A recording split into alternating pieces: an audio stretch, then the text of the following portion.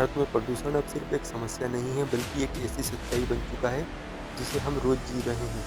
नदियाँ जहरीली हो चुकी है, हवा में दम घुटता है और शोर इतना कि खामोशी अब सिर्फ याद बन गई है। गंगा और यमुना जैसे पवित्र नाम अब सिर्फ नाम भर रह गए हैं। वो पानी जो कभी जीवन देता था अब बीमारी बांट रहा है। कई शहर तो गैस चैम्बर में बदल चुके हैं।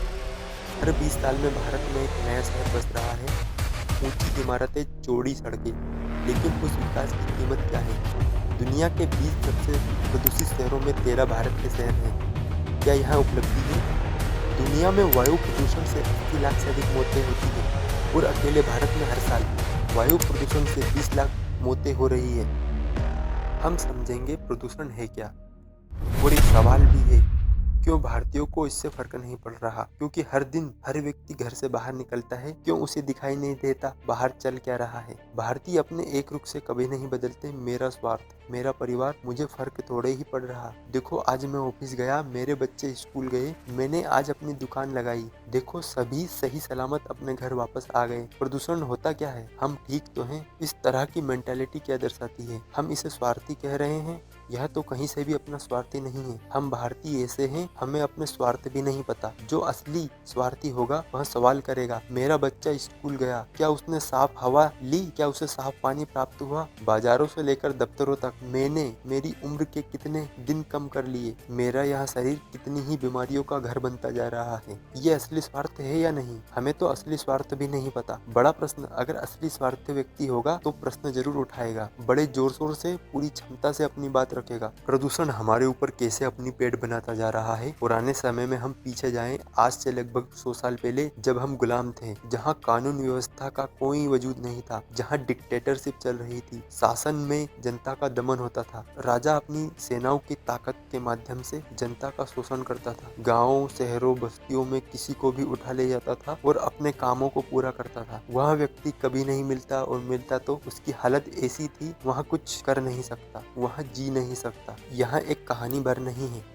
आज पोल्यूशन भी एक ऐसी समस्या बन चुका है, हमारे घरों में दस्तक दे रहा है, हमारे शहरों में, हमारे मोहल्लों में। जो भी व्यक्ति थोड़ा सा कमजोर होगा वह बच्चों को नहीं देखेगा, बुजुर्गों को नहीं देखेगा, महिला हो या पुरुष, वह उनमें भेदभाव नहीं करेगा। जहाँ उसने लड़ने में आपको अक्षम पाया, वहाँ तुम्हें अपनी गिरफ्त में ले लेगा, तुम्हारे घरों के भीतर, तुम्हारे खुद शरीर के भीतर ही तुम्हें कैद कर लेगा। और जब समस्या हाथ से निकल रही होगी तब हम जागेंगे, और यह समस्या उस परिवार के लिए क्या पहाड़ बनकर टूटेगी। सोचो जरा, जो गरीब है, जिसकी आमदनी इतनी है कि वहाँ दिन का खर्च चला पाए। अमीर गरीब छोटे बड़े किसी को नहीं देखेगा। जो अपनी दुकानें सड़कों, ठेलों और बाजारों में चलाते हैं, जो खुली हवा में अपना व्यवसाय चला रहे हैं, जो खुली हवा में अपनी आमदनी के लिए निर्भर है, जो सांस की बीमारी से ग्रस्त हैं, यहाँ प्रक्रिया शुरू हो गई है।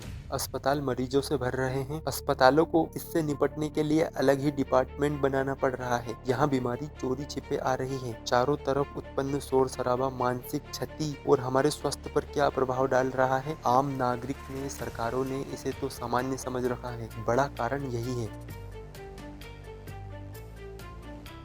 दिल्ली में रहने वाला हर व्यक्ति अपनी उम्र के 12 साल कम कर रहा है। प्रदूषण के कारण ही यह समस्या पैदा हो रही है। अगर कुछ नहीं बदला तो आंकड़ा बढ़ता जाएगा साल दर साल। उन बच्चों का क्या होगा जिनकी तो गलती भी नहीं है? हम बड़ों ने क्या कर दिया? और बहुत से लोगों को डाउट होगा। बड़ा प्रश्न है, ऐसे ही थोड़ी है कि सब लोग इसकी जद में आ जाएंगे, सभी थोड़ी इस समस्या में अपनी जान गंवा देंगे। तो मेरा जवाब यही है, हम तथ्यों से कैसे भाग सकते हैं? यहाँ कोई मन की कल्पना नहीं है, हर दिन हमारे सामने घटित हो रही घटना है। इसका डाटा रोजाना हमारे सामने आ रहा है, और कड़वा सत्य हमें स्वीकारना होगा। कुछ लोग नहीं मानेंगे, तो समाधान क्या है? चलो ठीक है, समस्या दिख रही है, बड़ी है, हम क्या कर सकते हैं? लेकिन सरकारें काम तो कर रही है। बड़े बड़े प्रोजेक्ट, जल प्रदूषण, वायु प्रदूषण, नदियों की साफ सफाई को लेकर बड़ी बड़ी योजनाएं चलाई जा रही है, अनाउंसमेंट किए जा रहे हैं, विज्ञापन के माध्यम से प्रचार भी किया जा रहा है। इतने सालों में हम गंगा नदी, यमुना नदी को साफ कर देंगे, ये सरकारें कह रही हैं। काम भी हो रहा है, दिख भी रहा है, सब देख रहे हैं, हर व्यक्ति देख रहा है। पहले से समस्या बढ़ी है या कम हुई है, आप सभी जानते हैं। और कुछ लोगों ने आशा छोड़ दी है, भारत का कुछ नहीं हो सकता, ना लोग बदलेंगे ना सरकारें बदलेगी। तो इसके लिए हमारे सामने दुनिया के अनेक देश उदाहरण के रूप में मौजूद है। हम कुछ कर नहीं सकते तो क्या, हम सीख कर अपने कदम बढ़ा सकते हैं। वहाँ की सरकारों ने, वहाँ के नागरिकों ने करके दिखाया। आज हमारा पड़ोसी देश चीन, आज चीन को देखे, दुनिया के सबसे ज्यादा प्रदूषित शहर में चीन के शहर भी शामिल थे।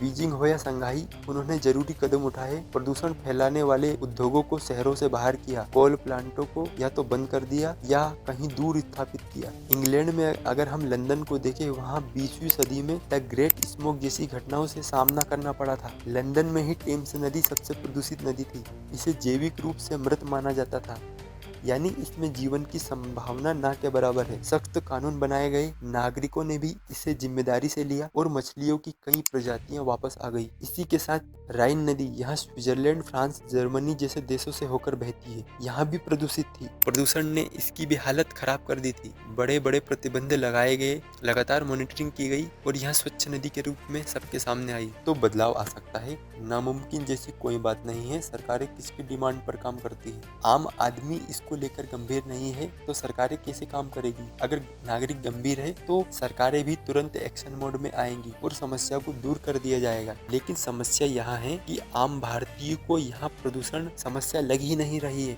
नागरिकों को अगर समस्याएं हैं तो सरकारें काम तो करती हैं, लेकिन ऊपर ऊपर से दिखाने के लिए योजनाएं बनाई जाती है, कभी उस पर गंभीरता से काम नहीं किया जाता। अगर हम भारतीय गंभीर होते तो जरूर किया जाता और हर व्यक्ति अपने जान की कीमत समझने लगा तो इसे गंभीरता से सरकारें भी लेगी। नहीं तो सरकारों को भी क्या पड़ी है, तो सरकारें भी एक दूसरे पर आरोप लगाएंगी।